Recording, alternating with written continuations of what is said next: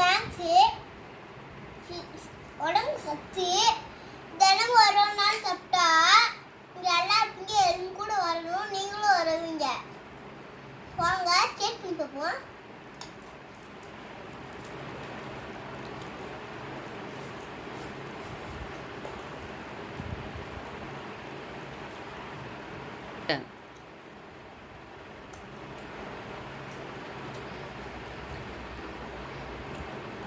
அஞ்சு